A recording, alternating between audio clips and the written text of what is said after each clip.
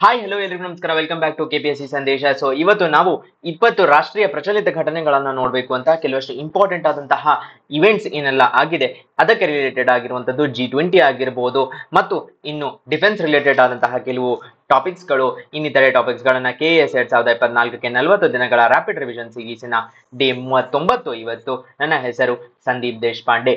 So class start ಮಾಡುವ ಮುಂಚೆ, which of the below is the theme of world oceans day 2024? 2024ರ world oceans day ನ theme ಏನು ಅಂತ ಕೇಳ್ತಾ ಇದ್ದಾರೆ. Catalysing action for our ocean and climate, united for ocean, our legacy, our future, empowering the world in defence of our oceans ಮತ್ತು protect oceans, protect earth. ನಿಮ್ಮ ಸರಿಯಾದ ಉತ್ತರವನ್ನ ಕಮೆಂಟ್ಸ್ ಅಲ್ಲಿ ತಿಳಿಸಿ. ಸೊ ಕ್ಲಾಸ್ ಸ್ಟಾರ್ಟ್ ಮಾಡುವ ಮುಂಚೆ, ರ್ಯಾಪಿಡ್ ರಿವಿಷನ್ ಸೀರೀಸ್ ಅಲ್ಲಿ ಕೆಲವಷ್ಟು ಎರರ್ಸ್ ಆಗಿರುವ ಒಂದು ಕರೆಕ್ಷನ್ಸ್ ಅನ್ನ ಹೇಳಬೇಕು ಅಂತ. So 2 February world wetlands day ಆಚರಿಸುವಂತದ್ದು. ಇದರ ಥೀಮ್ ಬಂದ್ಬಿಟ್ಟು wetlands and human wellbeing. Class ಮಾಡ್ತಿರ್ಬೇಕಾದ್ರೆ ಇದನ್ನ 1 ಫೆಬ್ರವರಿ ಅಂತ ಹೇಳಿದ್ದೆ. ಇದರ ಕರೆಕ್ಷನ್ಸ್ ಅನ್ನ ತಿಳಿಸಿದ ಕಿರಣ್ ಅವರಿಗೆ ಧನ್ಯವಾದಗಳು. ದೆನ್ ಅವಾರ್ಡ್ಸ್ ಅಂಡ್ ಆನರ್ಸ್ ನಲ್ಲಿ Miss World 2024 Krystyna Pyszkova of ಝೆಕ್ ರಿಪಬ್ಲಿಕ್, ಇವರು ವಿಶ್ವಸುಂದರಿಯಾಗಿ ಈ ವರ್ಷ ಇವರಿಗೆ ಅವಾರ್ಡ್ ಸಿಕ್ಕಿದೆ. ಇದರ ಕರೆಕ್ಷನ್ಸ್ ಅನ್ನ ತಿಳಿಸಿದಂತಹ ಪ್ರಿಯಾಂಕಾ ಮತ್ತು ಅರುಣ್ KR ಅವರಿಗೆ ಧನ್ಯವಾದಗಳು. ದೆನ್ ರಾಮ್ಸಾರ್ ಕನ್ವೆನ್ಷನ್ 1975 ಅಂತ ಹೇಳ್ತಿರ್ಬೇಕಾದ್ರೆ ಮಿಸ್ ಆಯ್ತು, ಬಟ್ ಇಟ್ ಈಸ್ 1971. ನಾನು 75 ಅಂತ ಹೇಳಿದ್ದೆ. ಇದರ ಕರೆಕ್ಷನ್ಸ್ ಅನ್ನ ಹೇಳಿದಂತಹ ವಿನಯ್ ಕುಮಾರ್ ಮತ್ತು ರಘುವೀರ್ ಅವರಿಗೆ ಧನ್ಯವಾದಗಳು. ಈ ಕರೆಕ್ಷನ್ಸ್ ನನ್ನ ಕಡೆಯಿಂದ ಆಗಿದೆ, ಕ್ಷಮೆ ಇರಲಿ. ಮುಂದಿನ ದಿನಗಳಲ್ಲಿ ಈ ತರದನ್ನ ಆದಷ್ಟು ಕಡಿಮೆ ಮಾಡ್ಕೊಳ್ಳೋದಕ್ಕೆ ಟ್ರೈ ಮಾಡ್ತೀವಿ. ಸೊ ತಡ ಮಾಡದೆ ಕ್ಲಾಸ್ ಅನ್ನ ಸ್ಟಾರ್ಟ್ ಮಾಡೋಣ. G20 ಸಮಿಟಿನ ಬಗ್ಗೆ. ಇಂಡಿಯಾ ರೀಸೆಂಟ್ಲಿ G20 ಸಮಿಟ್ ಅನ್ನ ನ್ಯೂ ಡೆಲ್ಲಿಯಲ್ಲಿ ಥೀಮ್ ಏನು ಅಂತ ಕೇಳಿದರೆ ವಸುದೈವ ಕುಟುಂಬಕಂ ಅನ್ನುವ theme, one earth, one family, one future, ಒಂದು ಭೂಮಿ, ಒಂದು ಕುಟುಂಬ, ಒಂದು ಭವಿಷ್ಯ ಅನ್ನುವ ಥೀಮಿನಲ್ಲಿ G20 ಹೋಸ್ಟ್ ಮಾಡಿತು ಮೊದಲ ಬಾರಿಗೆ. ನೆನಪಿನಲ್ಲಿ ಇಟ್ಕೊಳ್ಳಿ, ಫಸ್ಟ್ ಟೈಮು, ಇಷ್ಟಕ್ಕೆ ಮುಂಚೆ ಮಾಡಿರಲಿಲ್ಲ. ಸೊ ಏನೆಲ್ಲ ಇಂಪಾರ್ಟೆಂಟ್ ಆದಂತಹ ಘೋಷಣೆಗಳಾಗಿದೆ ಅಂತ ಕೇಳಿದರೆ, New Delhi leaders joint declaration. So New Delhi leaders joint declaration is related to which of the following ಅಂತ ಕೊಡುವ ಚಾನ್ಸಸ್ ಇರುತ್ತೆ. ಇದರಲ್ಲಿ ಏನೆಲ್ಲ ಇದೆ ಅಂತ ಕೇಳಿದರೆ, ಸಸ್ಟೈನಬಲ್ ಡೆವಲಪ್ಮೆಂಟ್ ಗೋಲು, ಮಹಿಳಾ ಸಬಲೀಕರಣ, ಬಹುಪಕ್ಷೀಯ ಸಂಸ್ಥೆಗಳ ಸುಧಾರಣೆ ಅಂದ್ರೆ ಮಲ್ಟಿಲ್ಯಾಟ್ರಲ್ ಇನ್ಸ್ಟಿಟ್ಯೂಷನ್ಸ್ ಆದಂತಹ IMF ಆಗಿರ್ಬೋದು, ಯುನೈಟೆಡ್ ನೇಷನ್ಸ್ ಆಗಿರ್ಬೋದು, ವರ್ಲ್ಡ್ ಬ್ಯಾಂಕ್ ಆಗಿರ್ಬೋದು, ಇದರಲ್ಲಿ ಕೆಲವಷ್ಟು ದೇಶಗಳು ಅದನ್ನ ಕಬಳಿಸ್ಕೊಂಡ್ಬಿಟ್ಟಿದೆ. ಅದರ ಬದಲು ಅದನ್ನ ರಿಫಾರ್ಮ್ಸ್ ಅನ್ನ ತರಬೇಕು ಅನ್ನೋದು ಇದರ ಮುಖ್ಯ ಉದ್ದೇಶ. ಮತ್ತು ಗ್ಲೋಬಲ್ ಪೀಸ್. ಅದಲ್ಲದೆ ಕೆಲವಷ್ಟು ಇನಿಷಿಯೇಟಿವ್ಸ್ ಲಾಂಚ್ ಆಗಿದೆ. ನಿಮ್ಗೆ ನೆನಪಿರಬಹುದು, ಲಾಸ್ಟ್ ಟೈಮು ನಮ್ಮ ಇನ್ನು ಸೋಲಾರ್ ಅಲಯನ್ಸ್ ಬಗ್ಗೆ ಪ್ರಶ್ನೆ ಬಂದಿತ್ತು. ಅದೇ ರೀತಿಯಾಗಿ ಗ್ಲೋಬಲ್ ಬಯೋಫ್ಯೂಯಲ್ ಅಲಯನ್ಸ್ ಅನ್ನುವುದು ಈ ಬಾರಿ G20 ಸಮಿಟ್ ಅಲ್ಲಿ ಲಾಂಚ್ ಆಗಿದೆ. ಮತ್ತು ಆಫ್ರಿಕನ್ ಯೂನಿಯನ್ ಅನ್ನ G20ಯ ಖಾಯಂ ಸದಸ್ಯರನ್ನಾಗಿ ಔಪಚಾರಿಕವಾಗಿ ಸೇರ್ಪಡೆಯನ್ನ ಮಾಡ್ಕೊಂಡಿದ್ದಾರೆ. ದಟ್ ಈಸ್ ಪರ್ಮನೆಂಟ್ ಮೆಂಬರ್ ಆಗಿ ಇನ್ಕ್ಲೂಷನ್ ಆಗಿದೆ. ದೆನ್ ಬರ್ತಾ ಇರುವ ಹಾಗೆ G20 satellite mission for environment and climate observation ಗಾಗಿ G20 ಉಪಗ್ರಹವನ್ನ ಗ್ಲೋಬಲ್ ಸೌತಿನ ಒಂದು ಎನ್ವೈರನ್ಮೆಂಟ್ ಮತ್ತು ಕ್ಲೈಮೇಟ್ ಅಬ್ಸರ್ವೇಷನ್ ಗಾಗಿ ಮಾಡಬೇಕು ಅಂತ. ಪ್ಲಸ್ G20ಯ ಚೌಕಟ್ಟು GDPIR ಅಂದ್ರೆ ಗ್ಲೋಬಲ್ ಡಿಜಿಟಲ್ ಪಬ್ಲಿಕ್ ಇನ್ಫ್ರಾಸ್ಟ್ರಕ್ಚರ್ ರೆಪಾಸಿಟರಿಯನ್ನ, ಅದರ ಫ್ರೇಮ್ವರ್ಕ್ ಅನ್ನ ಲಾಂಚ್ ಮಾಡಿರೋದು. ಪ್ಲಸ್ ಫೈನಾನ್ಷಿಯಲ್ ಇನ್ಕ್ಲೂಷನ್ ಪ್ಲಾನ್ ಅಂತ ಏನ್ ಹೇಳ್ತೀವಿ, ದಟ್ ಈಸ್ ಹಣಕಾಸು ಸೇರ್ಪಡೆ ಕ್ರಿಯಾ ಯೋಜನೆಯ ಆಕ್ಷನ್ ಪ್ಲಾನು.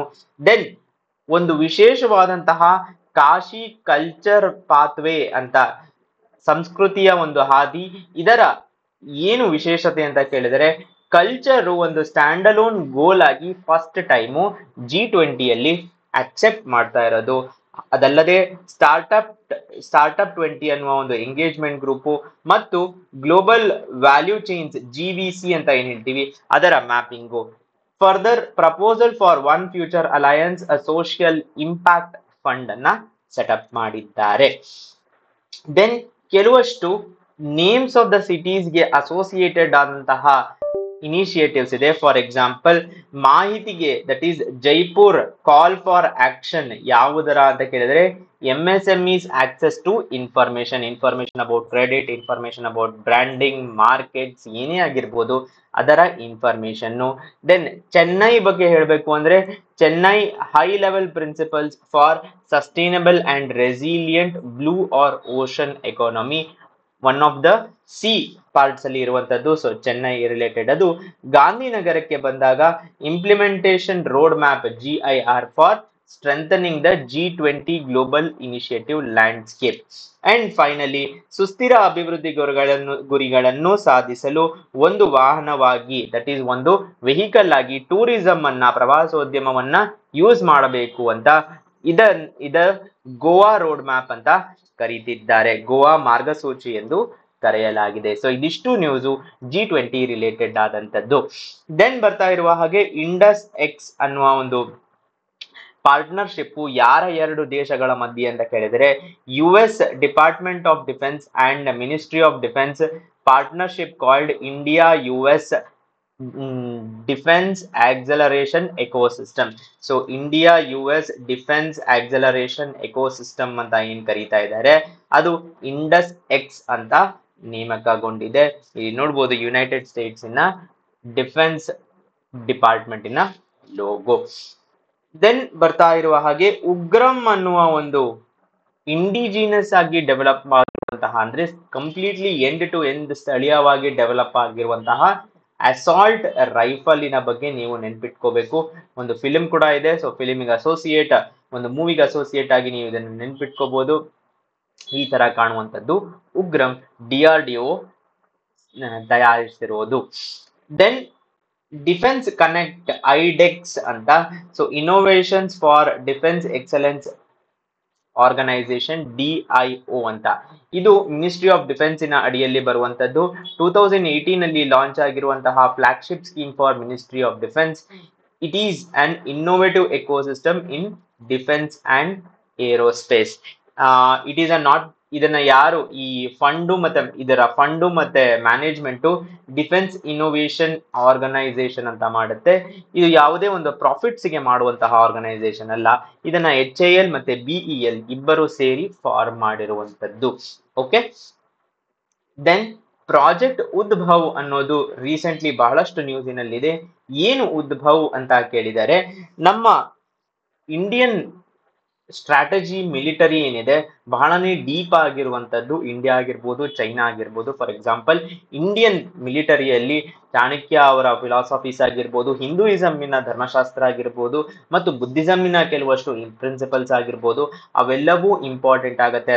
ಅಂದ್ರೆ ಕಿಂಗ್ಡಮ್ ಅನ್ನ ಹೇಗೆ ಕಾಪಾಡ್ಕೋಬೇಕು, what are the principles, strategic ಅಕ್ಯುಮೆನ್ ಏನು ಅಂತ ಅದನ್ನ ಯೂಸ್ ಮಾಡ್ಕೋಬೇಕು ಅಂತ ancient strategic ಅಕ್ಯುಮೆನ್, ಪ್ರಾಚೀನವಾಗಿರುವಂತಹ ಕುಶಾಗ್ರತೆ plus ಹೊಸದಾಗಿರುವಂತಹ modern military ಎರಡನ್ನೂ ಸೇರಿಸಬೇಕು ಅನ್ನೋದು ಇದರ ಮುಖ್ಯ ಉದ್ದೇಶ.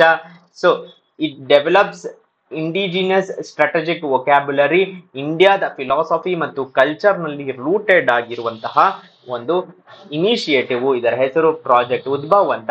ಇದು ಕೊಲಾಬರೇಷನ್ ಬಿಟ್ವೀನ್ ಇಂಡಿಯನ್ ಆರ್ಮಿ ಮತ್ತು United service institution of India, ಇವರಿಬ್ಬರ ಮಧ್ಯೆ ಕೊಲಾಬರೇಷನ್ ಅಲ್ಲಿ ಮಾಡ್ತಾ ಇರುವಂತದ್ದು. ದೆನ್ ಬರ್ತಾ ಇರುವ ಹಾಗೆ ಸಮರ್ ಅಸೆಸ್ಮೆಂಟ್ ಸರ್ಟಿಫಿಕೇಟ್ಸ್ ಏನು ಇದನ್ನ ಅಂತ ಕೇಳಿದರೆ ಮೌಲ್ಯಮಾಪನ ಪ್ರಮಾಣ ಪತ್ರಗಳು. ಇದನ್ನ DRDO ಮತ್ತು ಕ್ವಾಲಿಟಿ ಕೌನ್ಸಿಲ್ ಆಫ್ ಇಂಡಿಯಾ ಇಬ್ಬರ ಸಹಯೋಗದಲ್ಲಿ ಯಾರೆಲ್ಲ ಡಿಫೆನ್ಸ್ ಮ್ಯಾನುಫ್ಯಾಕ್ಚರಿಂಗ್ ಅನ್ನ ಮಾಡ್ತಾ ಇದ್ದಾರೆ ಆ ಎಂಟರ್ಪ್ರೈಸಸ್ ಗಳಿಗೆ ಸರ್ಟಿಫಿಕೇಟ್ಸ್ ಅನ್ನ ಕೊಟ್ಟಿದ್ದಾರೆ. MSME ಗಳಾಗಿರ್ಬೋದು ಅಥವಾ ದೊಡ್ಡ ಉದ್ಯಮಗಳಾಗಿರಬಹುದು, ಇವರಿಬ್ಬರಿಗೂ ಆ ಸರ್ಟಿಫಿಕೇಟ್ಗಳು ಅಂದರೆ ನಿಮ್ಮ ಕ್ವಾಲಿಟಿ ಹೇಗಿದೆ ಅಥವಾ ನಿಮ್ ಯಾವ ಅಸೆಸ್ಮೆಂಟ್ ಅಲ್ಲಿ ಇದ್ದೀರಾ ನೀವು ಅಂತ ಹೇಳುವಂತದ್ದು. ನೆನಪಿನಲ್ಲಿ ಇಟ್ಕೊಳ್ಳಿ, ಸಫರ್ ಅನ್ನುವುದು ಒಂದು ಏರ್ ಕ್ವಾಲಿಟಿ ಇಂಡೆಕ್ಸ್ ಅನ್ನ ಮೆಜರ್ ಮಾಡುವಂತದ್ದು. ಸಮರ್ ಬೇರೆ, ಸಫರ್ ಬೇರೆ. ಓಕೆ. ಇದರ ಪ್ರಮಾಣ ಪತ್ರವನ್ನು ನೀಡಿದ ದಿನಾಂಕದಿಂದ 2 ವರ್ಷಗಳವರೆಗೆ ಮಾನ್ಯವಾಗಿರುತ್ತದೆ. 2 years ಇದು ಪೀರಿಯಡ್ ಇರುತ್ತೆ. QCI ಕ್ವಾಲಿಟಿ ಕೌನ್ಸಿಲ್ ಆಫ್ ಇಂಡಿಯಾದ ಮೆಚುರಿಟಿ ಅಸೆಸ್ಮೆಂಟ್ ಮಾಡೆಲಿನ ಆಧಾರದ ಮೇಲೆ ಈ ಸರ್ಟಿಫಿಕೇಟ್ ಅನ್ನ ಕೊಡ್ತಾ ಇರೋದು. ದೆನ್ ಆಪರೇಷನ್ ಸರ್ವಶಕ್ತಿ ಅಂತ ಸೊ ಈ ಆಪರೇಷನ್ ಎಲ್ಲಿ ಮಾಡಿರೋದು ಅಂತ ಕೇಳಿದ್ರೆ ಜಮ್ಮು ಮತ್ತು ಕಾಶ್ಮೀರದಲ್ಲಿ ಭಯೋತ್ಪಾದಕ ಚಟುವಟಿಕೆಗಳನ್ನು ಉದ್ದೇಶಿಸಲಾಗಿರುವ ಒಂದು ಆಪರೇಷನ್, ಇಂಡಿಯನ್ ಆರ್ಮಿದ ಆಪರೇಷನ್ ಸರ್ವಶಕ್ತಿ ಅಂತ ಪೀರ್ ಪಂಜಲ್ ಮೌಂಟೇನ್ ರೇಂಜಿನಲ್ಲಿ ಇದ್ದಿದ್ದು, ಇದರ ಜಮ್ಮು ಅಂಡ್ ಕಾಶ್ಮೀರ್ ಯಾವಾಗ ಯೂನಿಯನ್ ಟೆರಿಟರಿ ಆಯಿತೋ ಆ ಕೇಂದ್ರಾಡಳಿತ ಪ್ರದೇಶದಲ್ಲಿ ಇದನ್ನ ಲಾಂಚ್ ಮಾಡಲಾಗಿತ್ತು. ಅದು ಈಗ ರೀಸೆಂಟ್ ಆಗಿದ್ದರೆ ಮೊದಲನೆಯ ಒಂದು ಆಪರೇಷನ್ ಯಾವುದು ಅಂತ ಕೇಳಿದರೆ ಆಪರೇಷನ್ ಪೋಲೋ. ನೆನಪಿನಲ್ಲಿ ಇಟ್ಕೊಳ್ಳಿ, ಇದು ಜಸ್ಟ್ ಆಸ್ ಅ ಟ್ರಿವಿಯಾ, ಒಂದು ಎಕ್ಸ್ಟ್ರಾ ಫ್ಯಾಕ್ಟ್ ಹೇಳಬೇಕು ಅಂತ. 1948 ಅಲ್ಲಿ ದಿಸ್ ಇಸ್ ಸರ್ದಾರ್ ವಲ್ಲಭಾಯ್ ಪಟೇಲು ಮತ್ತು ಅವರ ಚಿಂತನೆಯಿಂದ ಮಾಡಿದಂತಹ operation polo. 1948 September, integrate Hyderabad into India. Okay, ಬಹಳಷ್ಟು ಆಪರೇಷನ್ಸ್ ಇದೆ, ಅದರಲ್ಲಿ ನೀವು ಇದನ್ನ ನೆನ್ಪಿಟ್ಕೋಬಹುದು. ಆಪರೇಷನ್ ನೀರ್ ಅಂತ ಒಂದು, ಇದು ಮಾಲ್ದೀವ್ಸ್ಗೆ, ಯಾವಾಗ ಮಾಲ್ದೀವ್ಸಿನಲ್ಲಿ ಕುಡಿಯುವ ನೀರಿನ ಪ್ರಾಬ್ಲಮ್ ಆಯಿತು ಆಗ ಫ್ಯೂ ಮಿನಿಟ್ಸ್ ಅಲ್ಲಿ ನಾವು ನೀರನ್ನ ತಲುಪಿಸಿದ್ವಿ. ಅದೇ ರೀತಿಯಾಗಿ ಆಪರೇಷನ್ ಕ್ಯಾಕ್ಟಸ್ ಅಂತ ಒಂದಿದೆ, ಯಾವಾಗ ಮಾಲ್ದೀವ್ಸ್ ಅಲ್ಲಿ ಮಿಲಿಟರಿ ಕೂಪ್ ಆಗಿತ್ತು, ಹೇಗೆ ಬಾಂಗ್ಲಾದೇಶದಲ್ಲಿ ಒಂದು ಮಿಲಿಟರಿ ಕೂಪ್ ಆಗಿದೆ ಅದೇ ರೀತಿಯಾಗಿ ಮಾಲ್ದೀವ್ಸ್ ಅಲ್ಲಿ ಮಿಲಿಟರಿ ಕೂಪ್ ಆಗಿತ್ತು. ಆ ಟೈಮಿನಲ್ಲಿ ನಾವು ಅವರಿಗೆ ಹೆಲ್ಪ್ ಮಾಡಿರುವಂತದ್ದು. ದೆನ್ ಬರ್ತಾ ಇರುವ ಹಾಗೆ ಪ್ರಧಾನ ಮಂತ್ರಿ ಸ್ವಾಸ್ಥ್ಯ ಸುರಕ್ಷಾ ಯೋಜನಾ ಬಗ್ಗೆ ಹೇಳಬೇಕು. ರೀಸನ್ ಏನು ಅಂತ ಕೇಳಿದರೆ, ಇದು ಒಂದು ಟರ್ಷಿಯರಿ ಹೆಲ್ತ್ ಸರ್ವಿಸಸ್ ಪ್ರೊವೈಡ್ ಮಾಡಬೇಕು, ರೀಜನಲ್ ಇಂಬ್ಯಾಲೆನ್ಸಸ್ ಅನ್ನ ಕಳಿದು, ದಟ್ ಈಸ್ ಏಮ್ಸ್ ಇನ್ಸ್ಟಿಟ್ಯೂಷನ್ಸ್ ಗಳನ್ನ ಬೇರೆ ಬೇರೆ ರಾಷ್ಟ್ರದ ಬೇರೆ ಬೇರೆ ಕಡೆ ಸೆಟಪ್ ಮಾಡಬೇಕು ಅಂತ. ಇದರ ಬಗ್ಗೆ ಮತ್ತು ನೀಟಿನ ಒಂದು ಈ ಮಧ್ಯೆ ಆಗಿರುವಂತಹ ಒಂದು ಕ್ವೆಶ್ಚನ್ ಮಾರ್ಕ್ಸ್ ಮಧ್ಯೆ ಇದು ಇಂಪಾರ್ಟೆನ್ಸ್ ಆಗುತ್ತೆ. Enhances facilities for quality medical education, ಮತ್ತು ಕ್ವಾಲಿಟಿ ಮೆಡಿಕಲ್ ಎಜುಕೇಶನ್ ಮತ್ತು primary, secondary, tertiary health care systems ಅನ್ನ ಎಲ್ಲ ಕಡೆ ರೀಚ್ ಮಾಡಿಸ್ಬೇಕು ಅಂತ. Research, testing and treatment in the country, modern systems ಬಗ್ಗೆ. ದೆನ್ ಬರ್ತಾ ಇರುವ ಹಾಗೆ ರೀಸೆಂಟ್ಲಿ ಜನರಲ್ ಎಲೆಕ್ಷನ್ಸ್ ಕನ್ಕ್ಲೂಡ್ ಆಗಿದೆ, ಅದರ ರಿಲೇಟೆಡ್ ಆಗಿ ಒಂದು ವಿಷಯ ತಿಳಿಸಬೇಕಾಗಿತ್ತು. ಎಲೆಕ್ಷನ್ನಲ್ಲಿ ಸಿಂಬಲ್ಸ್ ಹೇಗೆ ಅಲೋಕೇಟ್ ಆಗತ್ತೆ ಅಂತ ಕೇಳಿದರೆ, election symbols reservation and allotment order 1968 ಅಲ್ಲಿ ಇದು ಆಗುವಂತದ್ದು. Recognises a party as national or state party under the election commission of India. So ಗುರುತಿಸುವಿಕೆಗಾಗಿ ಮಾನದಂಡಗಳನ್ನು ರೂಪಿಸುತ್ತದೆ ಮತ್ತು ಚಿಹ್ನೆ ಹಂಚಿಕೆಯನ್ನು ನಿಯಂತ್ರಿಸುತ್ತದೆ. ಸೊ ಯಾವಾಗ ಒಂದು ರೆಕಗ್ನೈಸ್ಡ್ ಪಾರ್ಟಿ ಆಗತ್ತೆ, ಓಕೆ, ಸೊ ಒಂದು ರೆಕಗ್ನೈಸ್ಡ್ ಪಾರ್ಟಿಗೆ ಅವರದ್ದೇ ಆದ ಸಿಂಬಲ್ ರಿಸರ್ವ್ ಆಗಿರುತ್ತೆ ಅದೇ ಪಾರ್ಟಿಗೆ. ಫಾರ್ ಎಕ್ಸಾಂಪಲ್, ಕರ್ನಾಟಕದಲ್ಲಿ ಕೆಲವಷ್ಟು ಪಾರ್ಟೀಸ್ ಇದೆ, ನ್ಯಾಷನಲ್ ಲೆವೆಲ್ ಅಲ್ಲಿ ಕೆಲವಷ್ಟು ಪಾರ್ಟೀಸ್ ಇದೆ, ಅವರಿಗೆ ಅವರದ್ದೇ ಆದ ಸಿಂಬಲ್ಗಳು ರಿಸರ್ವ್ ಇರುತ್ತೆ. ಯಾವ್ದು ರಿಜಿಸ್ಟರ್ಡ್ ಪಾರ್ಟೀಸ್ ಇರುತ್ತೆ, ನೋಂದಾಯಿತ ಆದರೆ ಗುರುತಿಸಲ್ಪಡದ ಅನ್ರೆಕಗ್ನೈಸ್ಡ್ ಪಾರ್ಟೀಸ್ಗೆ ಕಾಮನ್ ಸಿಂಬಲ್ ಡ್ಯೂರಿಂಗ್ ಅನ್ ಎಲೆಕ್ಷನ್ 2 ಲೋಕಸಭಾ ಸೀಟ್ಸ್ ನಲ್ಲಿ ಕಂಟೆಸ್ಟ್ ಮಾಡ್ತಾ ಇದ್ರೆ ಅಥವಾ 5% ಆಫ್ ಅಸೆಂಬ್ಲಿ ಸೀಟ್ಸ್ ಅಲ್ಲಿ ಕಂಟೆಸ್ಟ್ ಮಾಡ್ತಾ ಇದ್ರೆ ಅವರಿಗೆ ಒಂದು ಕಾಮನ್ ಸಿಂಬಲ್ ಅನ್ನ ಕೊಡ್ತಾರೆ. ನೀವು ನೋಡಬಹುದು ಈ ತರದ್ದು ಸಿಂಬಲ್ಸ್ ಗಳು ಇರುತ್ತದೆ. ಇದು ಯಾವುದ್ರಲ್ಲಿ ಮಾಡ್ತಾ ಇರೋದು, election symbols reservation and allotment order 1968. Then ಬರ್ತಾ ಇರುವ ಹಾಗೆ Mazagon dock ship builders delivers project 15B class to Indian navy. So ಇದು ಸಬ್ಮರೀನ್ಸ್ ಅನ್ನ ಡೆವಲಪ್ ಮಾಡುವಂತಹ ಒಂದು Kolkata class destroyer delivered third ship of project 15B. Recently third ship deliver ಆಗಿದೆ.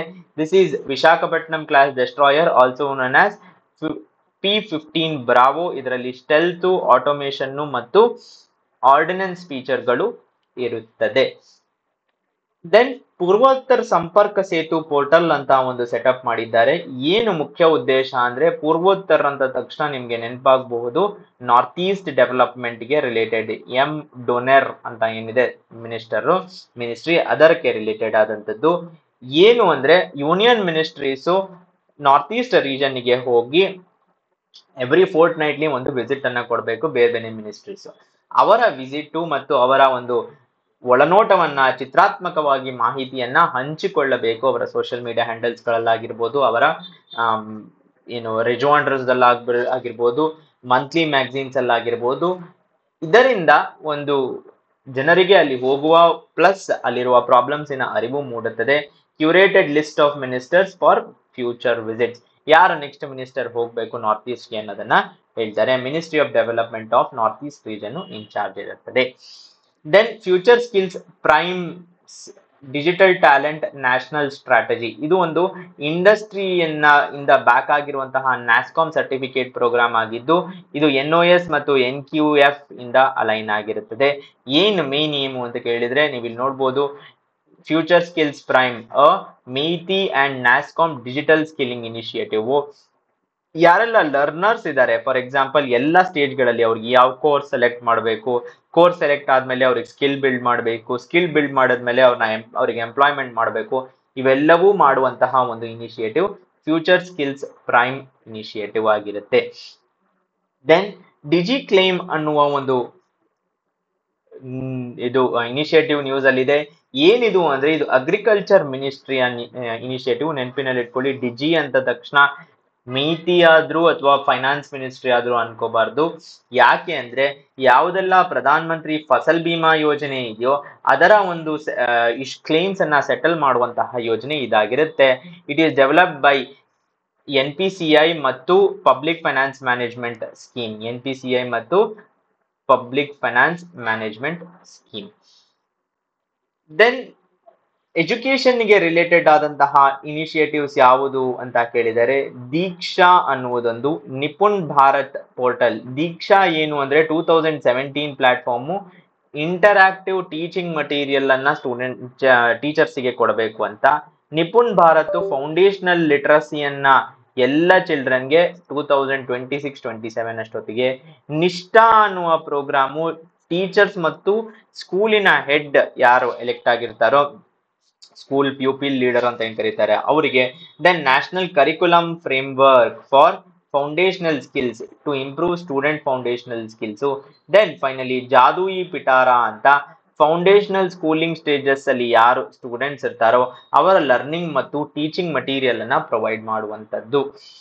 Then ATUFS amended technology upgradation fund scheme ಅಂತ ಇರುವುದು ಯಾವುದರ related ಅಂದ್ರೆ textile ministry related. ಇದು ಒಂದು credit linked central sector scheme ಆಗಿರುತ್ತೆ. One time capital subsidy for eligible ministry.